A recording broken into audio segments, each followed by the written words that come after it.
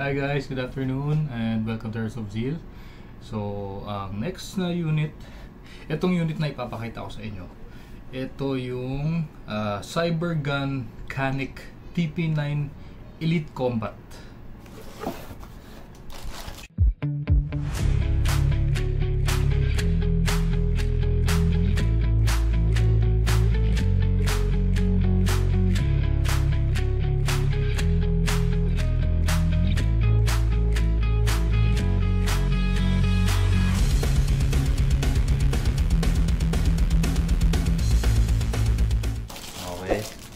Ito, maganda-ganda to. Ayan siya. Ayan. So, ayan. Ang maganda dito guys sa unit na to, fully packed. Kumbaga, jam pack ng features. Okay, so isa-isahin natin yan mamaya. And unang-una, ito yung magazine niya. Ayan, so magazine, tapos ayan. So tuwing nakakita ako ng ganyan, yes, ang naalala ko ay yan, tama. Okay, so ito yung magazine.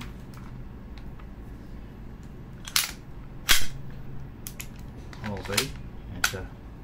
Itong full view ng kanyang unit. So, ayan. And papakita rin natin, ayan, meron tayong dalawang extra magazine nito. And meron ako ditong mount. Okay, so ito ay galing sa Canik, sa Cybergun mismo, itong mount niya. Fit siya talaga para dito. Mamaya papakita ko sa inyo kung anong itsura niya. I-set up natin yan. Una, gagawin muna natin, pakita ko muna sa inyo yung mga features niya, yung mga nakikita kong magandang features. Okay, so isa-isa natin to. Ayan, tignan nyo yung unit. So umpisahan natin dito sa ano niya, sa design, yung stiplings niya. Okay, tapos makikita nyo dyan yung Canik, para siya naka-emboss. Okay, itong pangalan ng brand, naka-emboss. Ano ba makikita natin dyan? Ano to?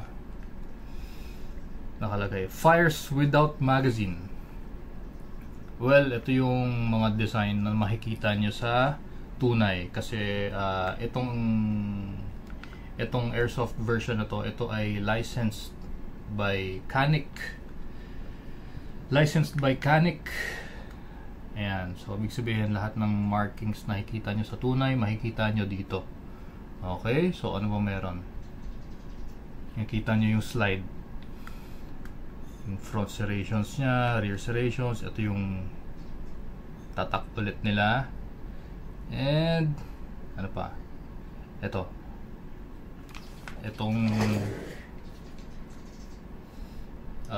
extended, itong ano niya, slide stop niya, diba? So ma-access, mabilis nyo siya ma-access kung halimbawa mag-slide stop. Yung ibang units kasi medyo kailangan pa natin gumanyan, diba? So ito hindi na. So, naka-extend yung kanyang slide stop, which is maganda dyan, ambidextrous. Pati ang kanyang magazine release, extended yan. Ayan na. Ayan. So, extended siya. Hindi na rin tayo mahihirapan mag-release ng magazine. Tapos, ano ba? Ito, meron siyang stiplings ulit. Para sa, ayan, para additional grip, kumbaga design grip, para kunyari right-handed ka or ito left-handed ka, Ayan. So, ano ba?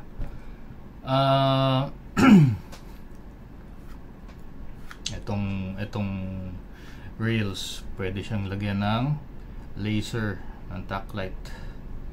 Tapos, itong kanyang, ano,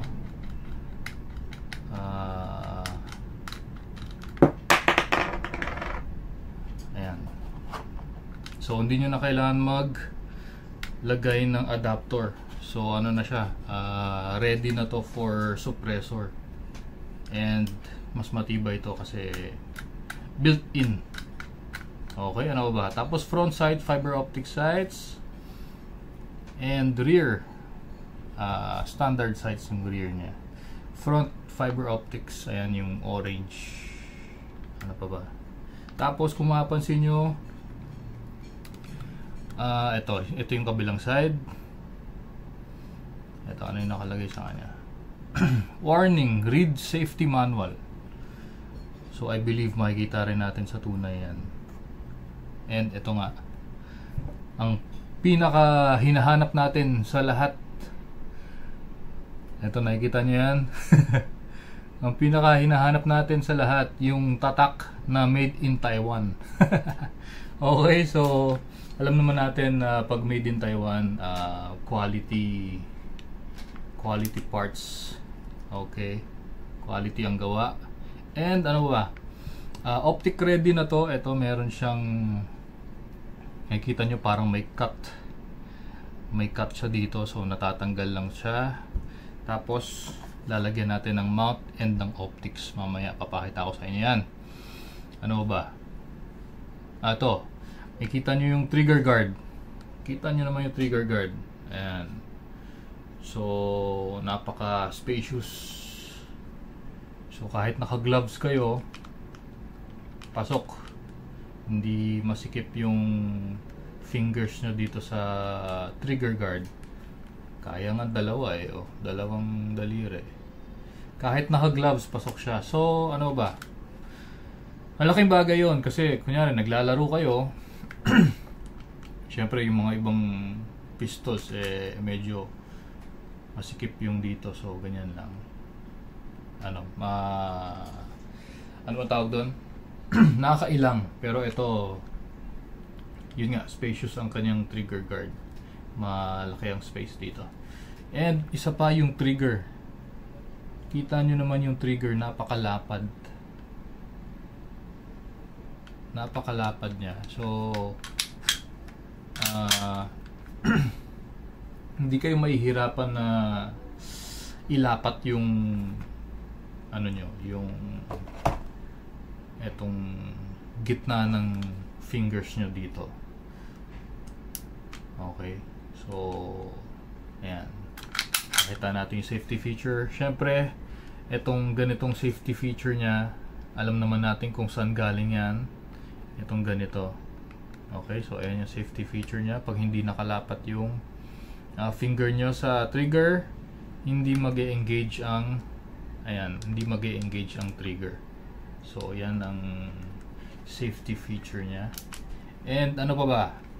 Ito pa ang pinaka nakakaaliw. So gaya ng tunay, ayan, makikita niyo yung likod. So ito yung likod, di ba? Ito, kita ba yan? Medyo malabo pero ito ay ang cocking indicator. So kung mapapansin nyo, nakalubog yan. Kinasa natin, ayan, nakalabas na siya. Tapos pag pinul ko yung trigger, makikita nyo papasok siya sa loob. Itong red dot na to, ito. Itong red dot na yan, papasok siya sa loob. Tingnan natin kung kita. Ayun. Gaya ng tunay, ayan, meron siyang cocking indicator.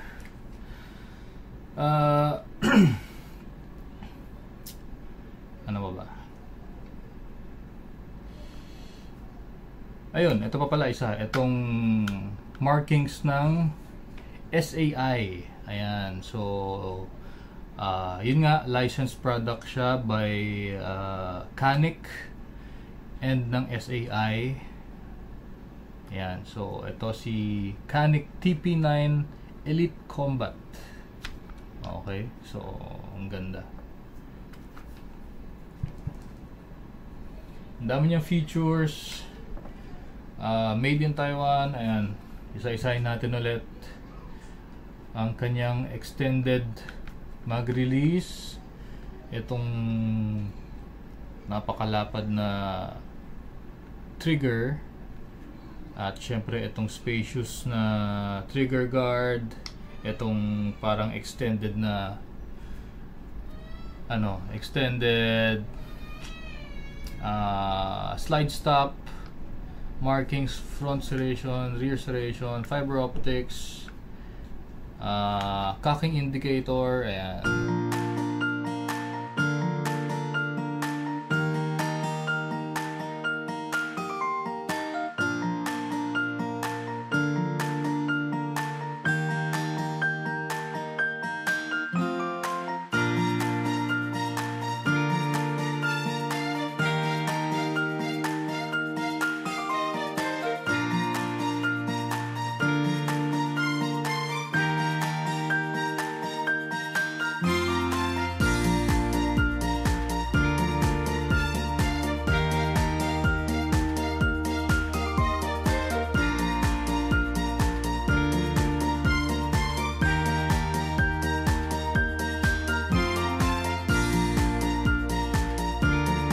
Ito pa pala, ang isa sa difference ng usual striker fired na pistols. Okay, so ito kasi ay striker fired, pareho siya ng Glock. Okay, so ang Glock, papakita ko lang.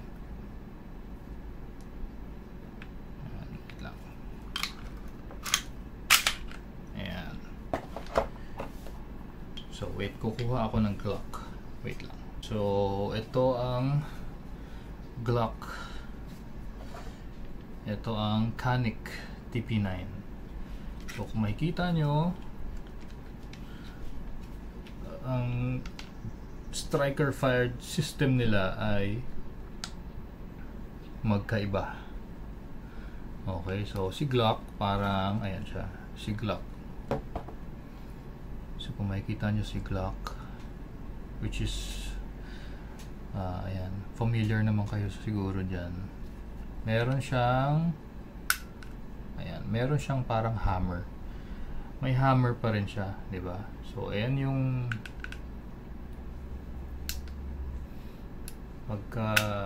ayan, di ba? Ayan. So pag pull nyo yung trigger para kay Glock, ayan yung hammer niya, yung parang hammer niya nasa loob.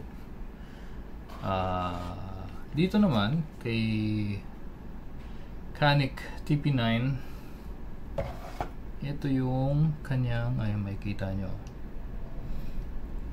Tignan nyo maigi, tignan nyo yung ano niya. Wala siyang hammer, parang ayun, striker fired talaga siya. Okay, so ayan, makikita nyo yung umuusli. Ayun, so ayun. So ayun, itong nakikita nyo na yan ang pumapalo doon sa, okay, so yan ang pumapalo dito sa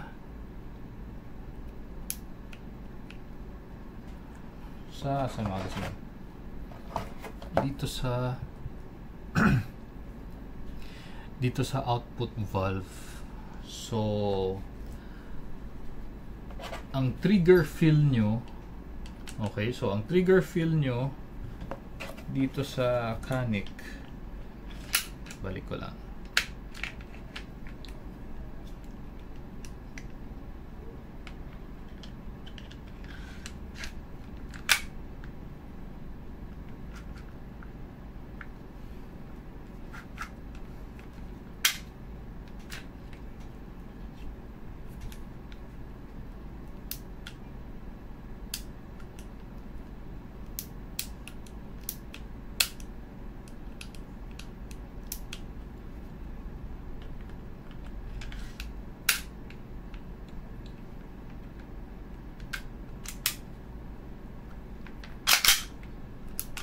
So ang trigger feel nyo, since itong trigger malambot siya, di ba? So ang trigger feel nyo, ayan o, kung mapapansin nyo, meron siyang slack. Ito yung slack nya. Okay, so ito yung slack nya. So meron pa siyang, hindi pa yan hindi pa mag-i-engage dyan ang trigger. So meron din naman si Glock. Ayan, si Glock ganito. Diba? Yan ang ano niya. Pero onti lang ang space. Dito sa kanya, medyo matigas ang trigger kasi parang pinipindot niyo yung output valve which is alam naman natin may pressure yun kaya matigas. So i-demonstrate ko yung pag-squeeze ng trigger. Ayan. Ayan matigas. Ayan. So yun siya.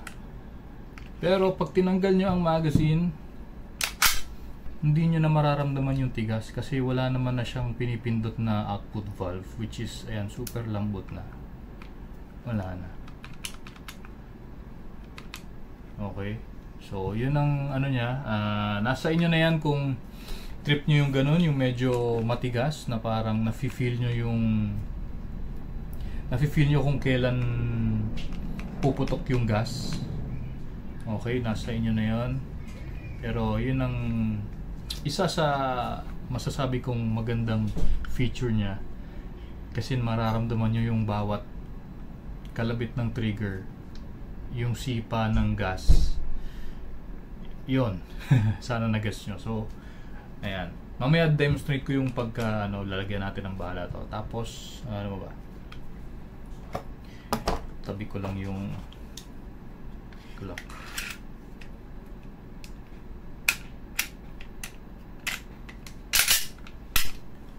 Okay, so dito tayo kay Cybergun Canik TP9 Elite Combat. Grabe, diba? Kung titignan nyo, punong-puno ng features. So ayan, ano ba? Tapos ito, makikita nyo yung ano niya, itong ibabaw na to para may umaangat, diba? Pa-provide ako ng mas clearer video dyan. Ito yung tinatawag nilang loaded magazine indicator, which is hindi naman gumagana kasi wala naman magazine pero umaangat siya. Yun lang yung ano niya. Kumbaga kasama siya sa design ng, syempre replica lang to. Pag umangat yan, meaning loaded yung magazine nyo. So sa tunay, etong nakaumbok na yan, flat yan. Okay, so ganun siya.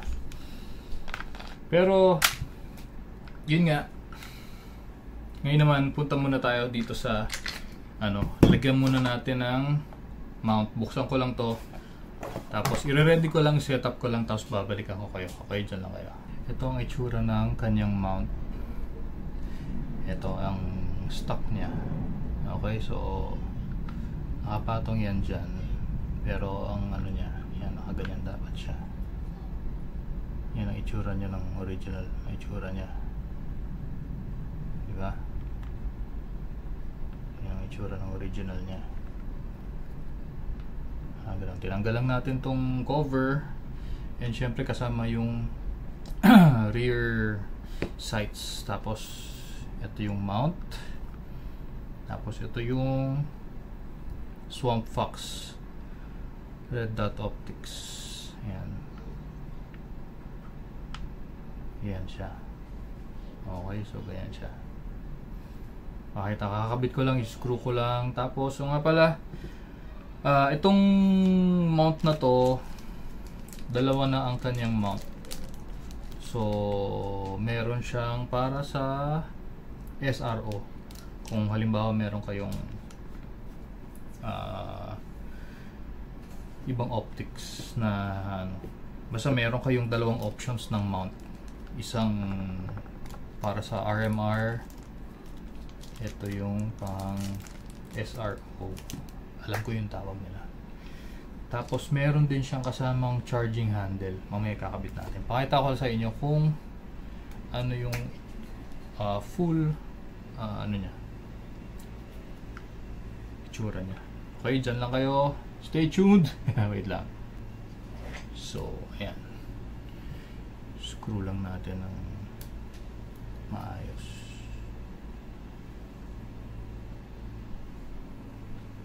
Okay ba? Ayan ang itsura niya. On lang natin. Okay. Okay, di ba? There you go. Ayan ang buong itsura niya. Gwapo. Di ba? So, ito yung red dot. Asan na? Ayun. Ayan ang red dot. So, na-adjust naman yung brightness ng red dot. Nasa inyo na yan kung paano nyo i-adjust. Pero, ayan.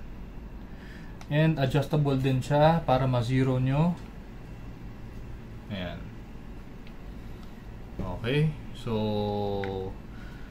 paalala lang, sold separately yung mount tsaka yung optics. Okay.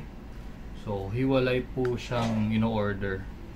Pero, available po yan sa atin. Okay. Ito. Napaka-pogi nitong side na to. Diba? Diba? Wow! Sarap gamitin. Diba? Oh yeah. Pogi, diba? Oh. Ha? And ngayon, testing na natin. Kita naman. Ayan, testing natin yung ayan ang red dot niya. So, testing natin yung kanyang FPS. Okay. So, bago yan, bago ko i-test, pakita ko sa inyo ito, yung charging handle pala niya. Kabit natin. Okay. Ito siya. So, nasa inyo yan. Ito yung mount. Okay. Asan ba yung mount? Ito yung mount. Itong nakikita nyong ito. Yan. Ito yung mount. So, nasa inyo kung anong side nyo ilalagay ang charging handle. Pwedeng sa left or dito sa right.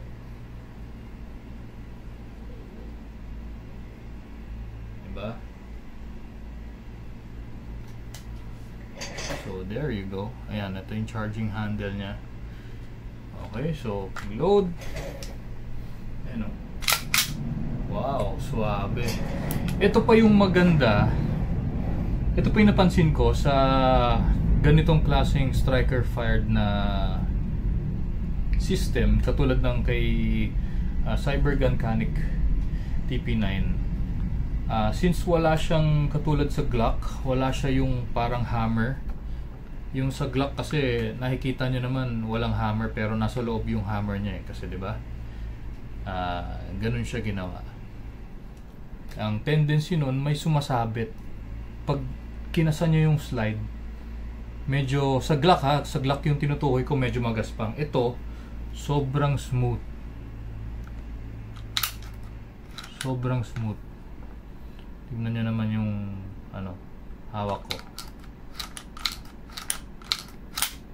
Okay, walang hindi maganit. Ayan, tingnan nyo.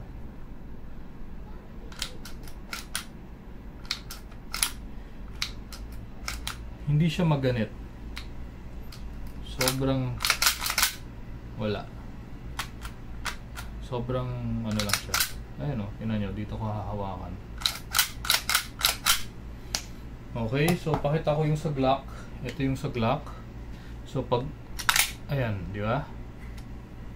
Ayan, di ba maganit siya kasi sumasabit siya dun sa hammer, di ba? Ayan o. Tapos, ayan. Ayan o. Diba? Ayan. Ayan o. Ayan. Meron siyang part na ayan, diba? Dito, yun naman ang kinagandahan niya kay Canik TP9. Sobrang suabe. Pakinggan nyo ha. Walang sumasabit. Yung nakikita, yung naririnig nyo na yun, loading nozzle lang yun. Ayun o, yan lang yun. Yung loading nozzle na nakakapit dun sa chamber. Tapos, nahahatak. Ayan, pakinggan nyo. Kita nyo yung pagka-suabe. Very smooth. Diba?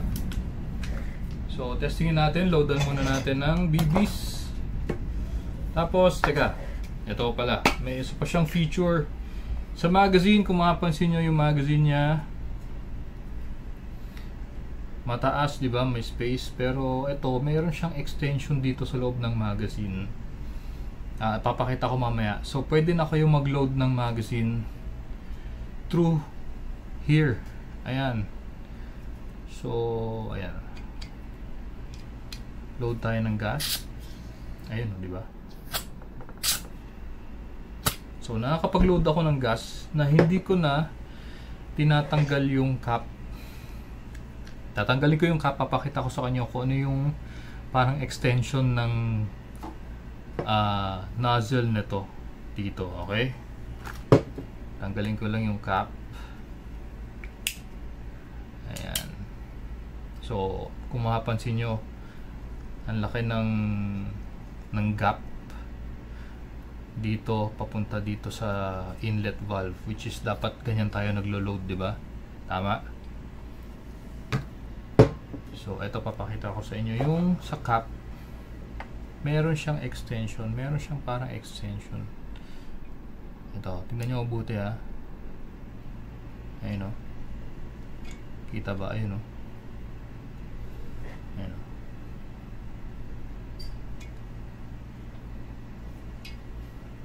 Ayan. Ayan. Hindi ko kung pakita maayos. Ayan. Kung nakikita nyo yan, ayan. Yan yung tumutulak sa inlet valve. Ayan, ito. Ito. Ayan.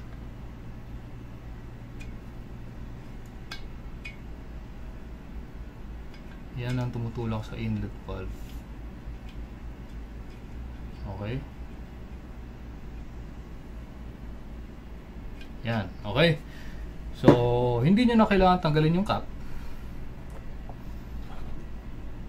Diba? Para gumawa sila ng nag-effort pa. So, pwede naman natin tanggalin yung cap tsaka tayo mag-load, pero nag-effort pa sila. Si Cybergun. Yan, nag-effort pa sila talaga para mapadali. So, loadan muna natin ng 0.20 BBs. Tapos, kung mapapansin nyo ang kanyang magazine, yung malaking space, usually dito sa baba yan, di ba? Ito yung magazine ng Glock. Okay, so ito yung magazine ng Canik, ito yung magazine ng Glock. So, kung makikita nyo, yung malaking space nagsisimula dito sa Glock.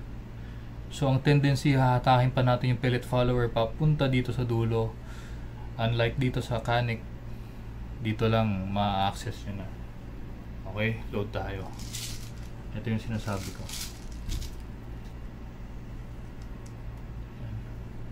Wala lang akong kuko, pero ayan. So, hindi na natin kailangan hatakin siya all the way down. Hindi na natin kailangan hatakin, kahit dito lang pwede na. Tapos, saka tayo maglagay ng bala. Sobrang dami. nalaglagan mga bala. Ayan. So loaded na with gas and BBs. Try natin tong ano niya. Okay. Skipan lang muna natin tong mga screw para ayan. So pag sa plug ng magazine, wait lang, diba? Pogi, diba? Ito ang kanyang full view. Magazine, optics, charging handle nandito.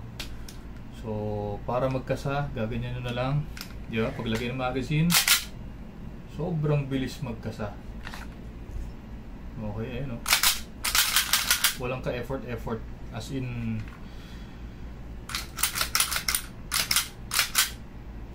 walang effort. Okay, so ayan. Loaded na. 0.20 BBs. Test natin ang kanyang FPS. Firing.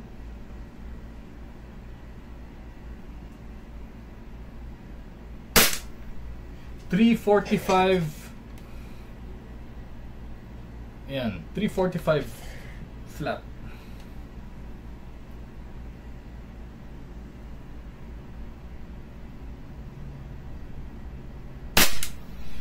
.348.6. Ayan, kung mapansin nyo, ang tagal kong makalabit, diba? Kasi medyo matigas talaga yung trigger niya. 344.9. So ayan, papakita ko sa inyo yung trigger niya. Ito yung tinatawag na slack. Ito from here, ito yung distance na to from here up to here. Okay, so pagdating dyan yun na mararamdaman yung matigas ng feel ng trigger. So firing tayo. Ayun, no? Pero pag nasanay na kayo, medyo, ayan.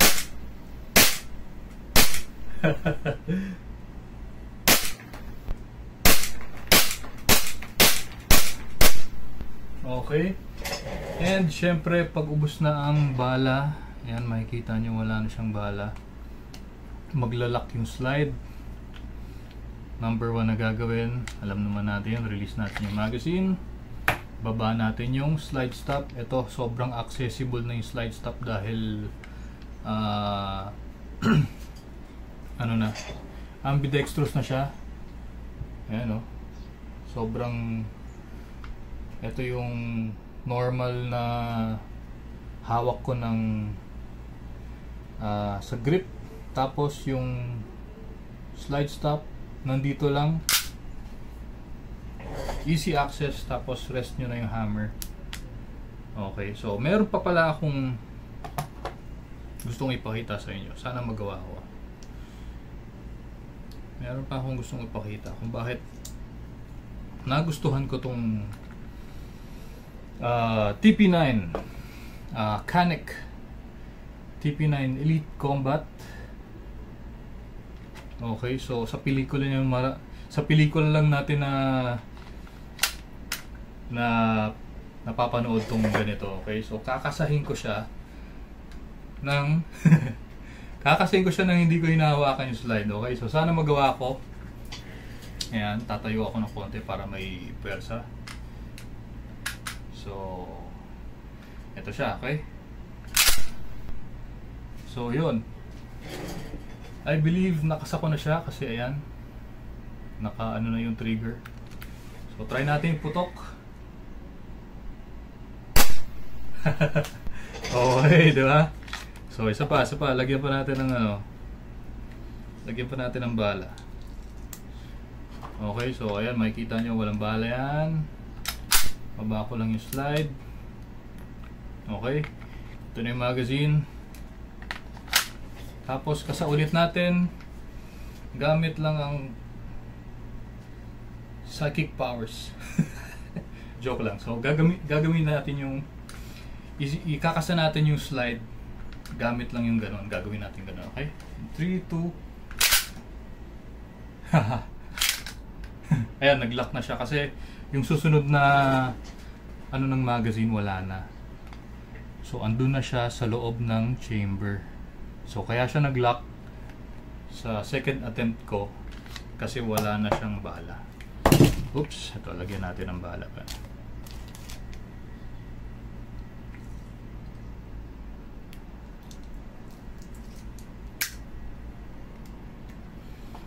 Okay, so ayan, baba ko lang yung slide stop. Tapos hindi, tanggalin natin yung bala. Puputok ko kasi ito eh.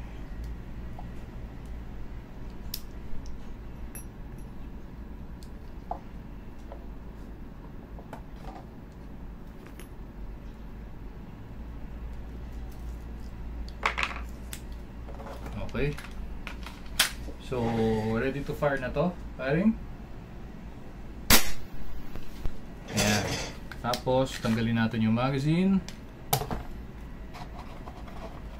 Lagay tayo ng isa pa ulit para mapakita ko ulit na kakakaaliw eh, diba? So, ito yung, diba, open slide. Tapos, ayan. Isa pang bala. Magazine. There you go. Nakakaaliw, di ba?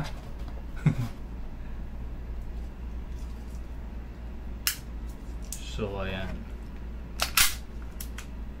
Pambala.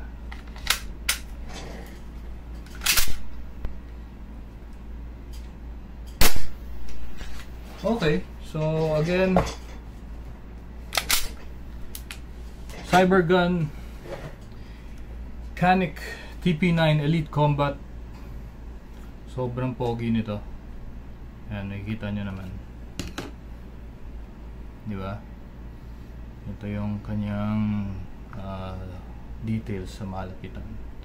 Provide ako ng pictures nyan mamaya para mas ma-appreciate nyo. Lahat ng detail provide natin.